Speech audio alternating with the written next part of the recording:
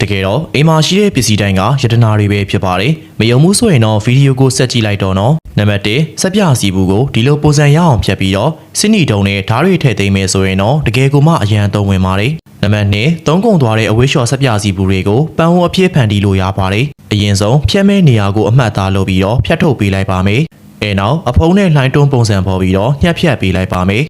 လက်ကင်ကိုတော့နေကြပန်းပုံစံဖော်မယ်ဆိုရပါပြီနောက်ဆုံးအနေနဲ့အောက်ခြေမှာအမှတ်မှတ်ပြီးရင်တော့အပေါက်ဖောက်ပြီးတော့မြေဩဇာထည့်ပေးလိုက်မယ်ဆိုရင်တော့အပင်ဆိုင်လို့ရပါပြီ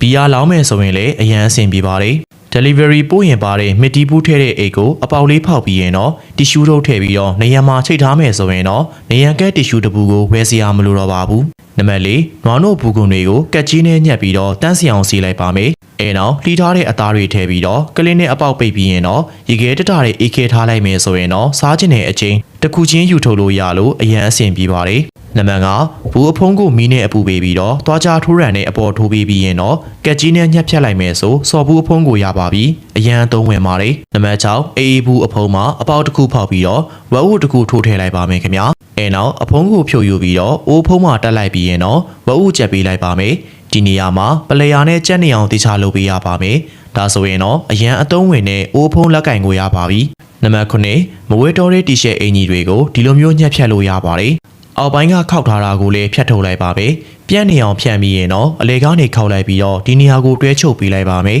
ဘောင်မီအနာသားကိုလည်းခောက်ပေးလိုက်ပြီးတော့တည်ကြိုးတက်ပေးလိုက်မယ်ဆိုရင်တော့ဘောင်မီတို့တစ်ထည်ကိုရပါပြီနံပါတ်10မဝဲတော်တဲ့ရှက်အင်ကြီးတွေကိုရမတ်အောက်ကနေညှက်ထုတ်ပြီးတော့အောက်ပိုင်းကိုလည်းညီအောင်ညှက်ပေးလိုက်ပါမယ်အဲနောက်အပေါ်အောင်နှစ်ခုကိုတွဲချုပ်ပေးလိုက်ပြီးတော့ဘေးဘက်မှာ9စင်တီအကျယ်ချုပ်ချောင်းကိုပပတ်လေချုပ်ပေးလိုက်ပါမယ်နောက်ဆုံးအနေနဲ့ခေါင်းကိုထည့်လိုက်မယ်ဆိုရင်တော့အရန်အသုံးဝင်တဲ့ခေါင်းစုပ်ကိုရပါပြီနံပါတ်9စီဘူးရဲ့အပေါ်ပိုင်းကိုဖြတ်ထုတ်ပြီးတော့အပေါက်လေးတွေဖောက်ပေးပြီးရင်တော့ကလစ်လေးတွေတက်ပေးလိုက်မယ်ဆိုခြေလန်းတဲ့စင်လေးကိုရပါပြီနံပါတ်10စေကတ်ခွန်တွေကိုလှုပ်မပြစ်လိုက်ပါနဲ့မဲနေတဲ့ငွေကိုထဲစားနှင်းငယ်နဲ့ရင်နွေးထည့်ပြီးတော့ငွေပေးလိုက်မယ်ဆိုရင်တော့ငွေထဲကမျက်စိတမိတ်အတွင်းအတစ်အတိုင်းဖြစ်သွားပါလိမ့်မယ်နံပါတ်7ကျွတ်ကျွတ်အေးရဲ့အောင်မှာအပေါက်တစ်ခုဖောက်ပြီးတော့အင်ကြီးချေကိုထိုးဆွတ်လိုက်ပါမယ်အဲဒီနောက်မှာတော့ရှော့ထားတဲ့ဖက်နှက်ကိုဒီလိုလှမ်းမယ်ဆိုရင်တော့ရေစစ်တာမြန်ပြီးတော့အချောက်လေးမြန်ပါတယ်နံပါတ်7တောင်ချက်ကတ်တွေပေါ်ကအသုံးမလိုတဲ့အမွှေးပွားကော်လန်ကိုတစ်ဖက်မှတစ်ဖက်တိန်းနဲ့ကပ်ပြီးတော့ဒုံးမှတစ်ပတ်နှစ်ပတ်လောက်ပတ်ပေးလိုက်မယ်ဆိုရင်တော့သုံးလို့ကောင်းတဲ့ကြက်မွေးကိုရပါပြီ